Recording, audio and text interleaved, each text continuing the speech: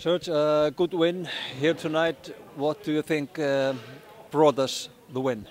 This is like a totally different game from the last one.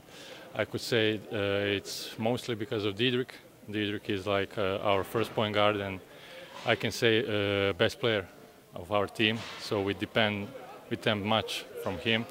And we were playing like as a team. Everybody gave us something on the court, on rebounding, defense, scoring. So we had a really good game, but it's over. It's 1-1. We are now focusing on the next one. Yeah, what do you think about the next game? Can we win that too, and bring back here a full house and hopefully finish the series? I cannot promise we're going to win, but I can promise that we're going to fight for 40 minutes.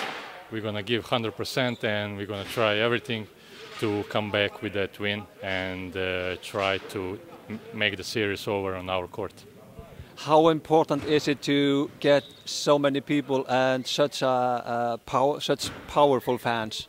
Yes, crowd was amazing, and they are like giving us like a wind to our back, and I want to thank them for their support, and we're gonna give everything on the court to bring something back to them.